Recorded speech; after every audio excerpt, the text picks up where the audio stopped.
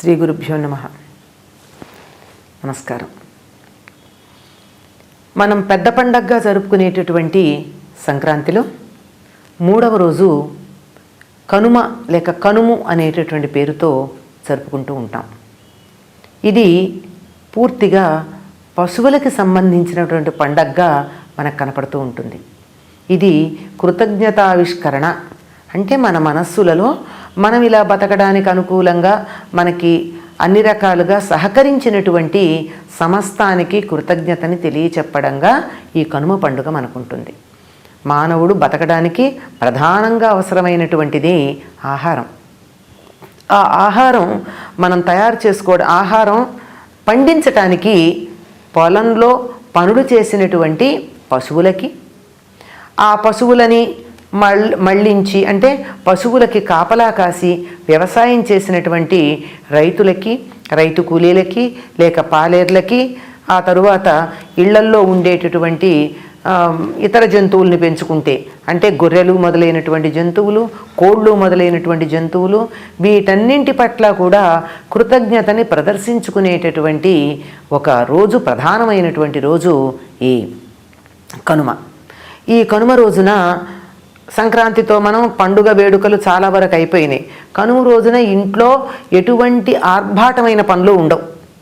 ఏం చేస్తారు అంటే పశువుల శాలలు శుభ్రం చేస్తారు, పశువుల్ని కడిగి వాటి కొమ్ములని చక్కగా పసుపు కుంకాలతో అలంకరించి, ఇంకా కొంతమంది అయితే వాటి ఒంటి మీద అందంగా బట్టలు కూడా వేసి వాటి ఒళ్ళంతా కూడా పసుపులు రాచి చాలా అందంగా ఎన్ని రకాలుగా అలంకరించాలో అన్ని రకాలుగా అలంకరించి మెడల్లో దండలతో సహా వేసి పశువులను అలంకరిస్తారు. అయితే వాళ్ళు వదిలేసి వెళ్ళిపోతారా? వెళ్ళరండి. వాళ్ళకి పశువులకి చాలా ఆత్మీయమైనటువంటి సంబంధం ఉంటుంది. అందువల్ల వీటిని తీసుకెళ్ళి మాకేనా ఆటలు పాటలును, వీటికి మాత్రం అక్కర్లేదా అని చెప్పి ఈ ఎడ్ల పరుగుల పందాలు, గొర్రె పొటేళ్ల పందాలు, కోడి పుంజుల పందాలు ఇవన్నీ వేసి వాటికి కూడా వాటికి కూడా పోటీలు పెట్టి అవి కూడా ఆనందిస్తున్నాయి అనుకుని వీళ్ళు ఆనందించుకోవటం మనకి కనపడుతూ ఉంటుంది. ఇప్పటికి కూడా పల్లెటూళ్ళల్లో సంక్రాంతి అనగానే నిజానికి కనుమ రోజునే చేయాలన్నా ముందు నుంచి కూడా కోడి పందాలు ఉంటాయి, గొర్రె పొట్టేళ్ల పందాలు ఉంటాయి, ఆఖరికి ఎడ్ల పరుగుల పందాలు కూడా ఉంటాయి. అంటే వీటన్నింటితో కూడా మనం మనుషుల్నే కాదు జంతువుల పట్ల కూడా మన కృతజ్ఞత చూపించుకోవడం అనేది కనపడుతుంది. అంతేకాకుండా ఈ జంతువులంటే మన ఇళ్లల్లో పెరిగినటువంటి జంతువులే కాదండి, పశువులన్నిటితో పాటు పక్షులకు కూడా మనం కృతజ్ఞతను చూపించుకునేటటువంటిది ఈ కాలంలో కనపడేది. పొలాలకి చూడ్డానికి వెళ్ళినప్పుడల్లా వరి కంకులు బాగా ఉంటే కంకుల్ని తెచ్చి వాటిని అందమైనటువంటి కుచ్చులుగా కట్టి ఇంటి ముందు వేలాడదీస్తారు చూరుకి. ఆ ఇంటి ముందు ఉన్నటువంటి ఆ ధాన్యపు కంకులని పిచ్చుకలు వచ్చి ఒక్కొక్కటి తుంచుకుని వెడుతూ ఉంటాయి. అంటే మా ఇంటికి పిచ్చుకలు పక్షులు వస్తూ ఉండాలి. ఏ ఇంటికైతే పక్షులు వచ్చిపోతూ ఉంటాయో ఆ ఇంటికి శుభం ఉంటుంది అంటారు. కింద పడేసినటువంటి వాటన్నిటినీ ఈ ధాన్యం తీసుకొచ్చి అక్కడ మిగిలిపోతే వాటన్నిటిని అలా బయట చల్లుతారు. అవన్నీ పావురాళ్ళు మొదలైనటువంటివి తింటూ ఉంటాయి. అంటే ఇట్లా పశువులకి పక్షులకి కూడా కృతజ్ఞత చూపించటం. ఎందుకు కృతజ్ఞత చూపించటం అంటే ఈ పక్షులన్నీ చిన్న చిన్న పురుగుల్ని తిని పంటలని కాపాడుతూ ఉంటాయి. అంతేకాకుండా కొన్ని రకాలైనటువంటి పక్షులు తండోపతండాలుగా వచ్చి ధాన్యాన్నంతా తినిళ్ళిపోతూ ఉంటాయి. వరి ధాన్యాన్ని కాదు కానీ అపరాలని మనం చెప్తూ ఉంటామే, కందులు, పెసలు, మినుగులు మొదలైనటువంటి వాటిని పక్షులు తినిళ్ళిపోతూ ఉంటాయి. అట్లా తిని వెళ్లకుండా వాటికి ఇక్కడ వరి ధాన్యాన్ని కుచ్చులుగా పెడుతూ ఉంటారు.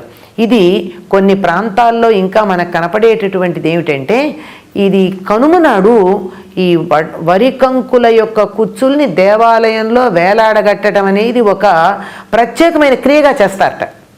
కానీ రైతులు మాత్రం అందరూ తమ ఇళ్లల్లో ఈ పని చేస్తూ ఉంటారు. అంటే ఈ జంతువులన్నిటి పట్ల కూడా ఉన్నటువంటి కృతజ్ఞతను చూపించటం. ఇక్కడ ఇలా చేస్తూ ఉంటే ఇంకా కొన్ని ప్రాంతాల్లో అంటే ముఖ్యంగా తమిళనాడు ప్రాంతానికి గనక వెళ్ళినట్టయితే ఈ ఆడపిల్లల్ని పండక్కి ఇంటికి పిలుస్తారు గనక ఈ కనుమ నాడు ఆ ఇంటి ఆడపడుచులు చాలా ఎక్కువగా అన్నం వండినటువంటి అన్నాన్ని చిత్రాన్నమో మరొకటో ఒట్టి అన్నం కాకుండా వండి దాన్ని పెద్ద పెద్ద ముద్దలు చేసి ఆకుల్లో ఇంటి బయట కానీ వీలైతే గ్రామం చివర ఉండే చెరువు ఒడ్డో నది ఒడ్డునో కానీ తీసుకెళ్ళి పెట్టి పక్షుల కోసం వదులుతారు. అయిన తర్వాత ఇంటికి వచ్చి వీళ్ళు స్నానం చేస్తారట.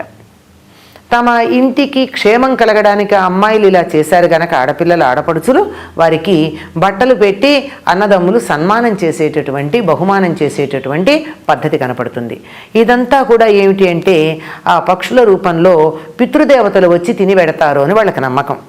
ఆ పితృదేవతలకు సంబంధించింది కనుకే ఇంటికి వచ్చి స్నానం చేయడం అనేది కూడా మనకి కనపడుతూ ఉంటుంది. పితృదేవతలకి ఈ కనుముకి చాలా సంబంధం ఉంది అనడానికి మనకి ఒక నిదర్శనం ఏమిటంటే కనుముకి సంబంధించినటువంటి సామెతలన్నీ కూడా కాకులతోనే సరిపోతాయి.